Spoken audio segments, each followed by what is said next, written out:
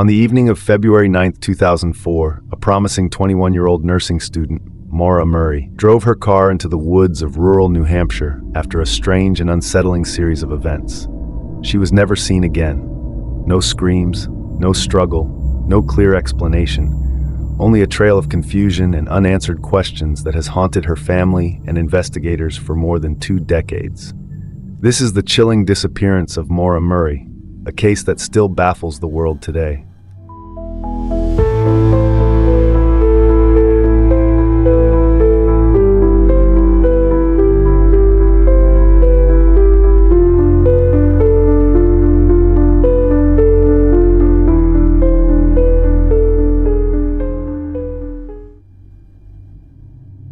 Maura Murray was born on May 4, 1982, in Hanson, Massachusetts. From a young age, she was a natural athlete, excelling in track and cross-country and demonstrating impressive intelligence. She was accepted to the prestigious U.S. Military Academy at West Point, a testament to her drive and ambition. But after just 1 year at West Point, Maura made the difficult decision to transfer to the University of Massachusetts Amherst to pursue a nursing degree. Her decision to leave West Point raised some eyebrows, as she seemed to struggle with the rigid military environment. It's been speculated that her time there took a mental toll, and her transfer may have been a response to feeling overwhelmed. By February 2004, it was clear Maura was dealing with more than just academic pressure. Something darker was starting to unfold. On the night of February 5, 2004, Maura Murray was working an overnight security desk shift at her dorm in Melville Hall, a part-time job she had to help cover tuition. It was a quiet shift until around 10:20 p.m. when Maura received a phone call on the dorm landline. Immediately after picking up, Maura broke down in tears. Her supervisor, Karen Mayotte, described her as being in a catatonic state, visibly shaking and unable to explain what had happened. When asked what was wrong, Maura barely managed to say, "My sister." She couldn't explain more, only becoming more upset as the conversation continued. This emotional breakdown was out of character for the normally composed Maura, and to this day, no one knows exactly what triggered it. Mayotte offered to take Maura back to her dorm, which she accepted. That night, Maura was visibly shaken, but she never explained what exactly the call was about, not to Mayotte, her family, or anyone else. Just 2 days later, on February 7th, Maura was involved in a crash while driving her father Fred's brand new Toyota Corolla. Fred had been visiting her at UMass that weekend, and they spent time shopping for a new used car. Maura was reportedly feeling overwhelmed by the stress of school and personal issues, and the car crash seemed like the latest in a series of escalating events. The damage to the vehicle was extensive, nearly $10,000, but shockingly, no charges were filed.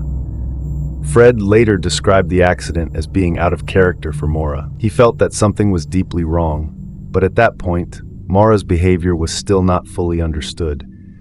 On Monday, February 9th, Maura began to set something into motion that would shock everyone who knew her. At 1 p.m., she sent an email to her professors, claiming there had been a death in her family and that she would be taking a few days off. However, no one in her family had reported any such death. She then packed up her dorm room in an unsettling way, taking down pictures from the walls and leaving several personal items neatly arranged on her bed. Among them was a printed email to her boyfriend, detailing relationship problems. This raised suspicions. It seemed as though Maura wasn't just preparing for a short absence, she was preparing to leave for good. No one knew where she was going or why she made this decision. At 3:15 p.m., security footage showed Maura at an ATM machine withdrawing $280, almost all the money she had.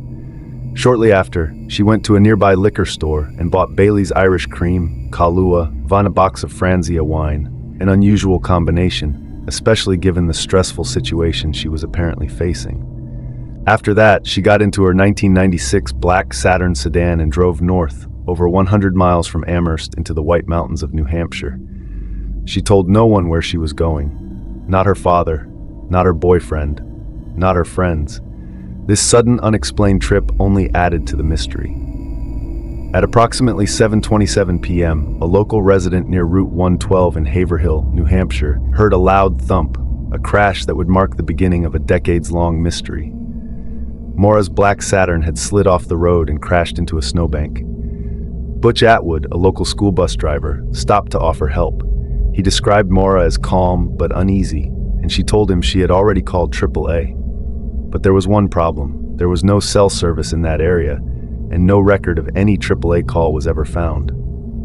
Some believe Maura may have been trying to buy time, either waiting for someone to arrive or preparing for something else.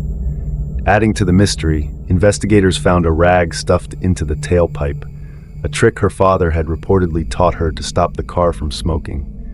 This detail raised more questions than answers, but what happened next remains a chilling enigma. Maura declined help, saying she had already made arrangements, and when police arrived just 19 minutes later, Maura was gone. Her car was locked. Her belongings were still inside, but there was no sign of a struggle, no footprints leading into the woods, and no indication of where she'd gone. It was as if she vanished into thin air. Over the following days, hundreds of people searched the surrounding area. Police dogs picked up a scent heading east from the crash. Then it stopped, as if Maura had been picked up by someone. No footprints, no torn clothing, no sign of injury. This is where investigators hit a dead end, and the case went cold. In 2021, remains were discovered near Loon Mountain, but DNA testing confirmed they did not belong to Maura. Despite this, hope remains that Maura's case will one day be solved. In 2023, the FBI issued a VICAP alert, renewing interest in the case and appealing for any new information. But for over 20 years, Maura's family, especially her father Fred, has relentlessly searched for answers. They have never given up hope. What happened that night on Route 112? Was it a tragic accident, or was there something more sinister at play? The truth is still out there. In the years since her disappearance, there have been theories suggesting everything from Maura running away to foul play, but no concrete answers have surfaced. Maura's family still searches for closure.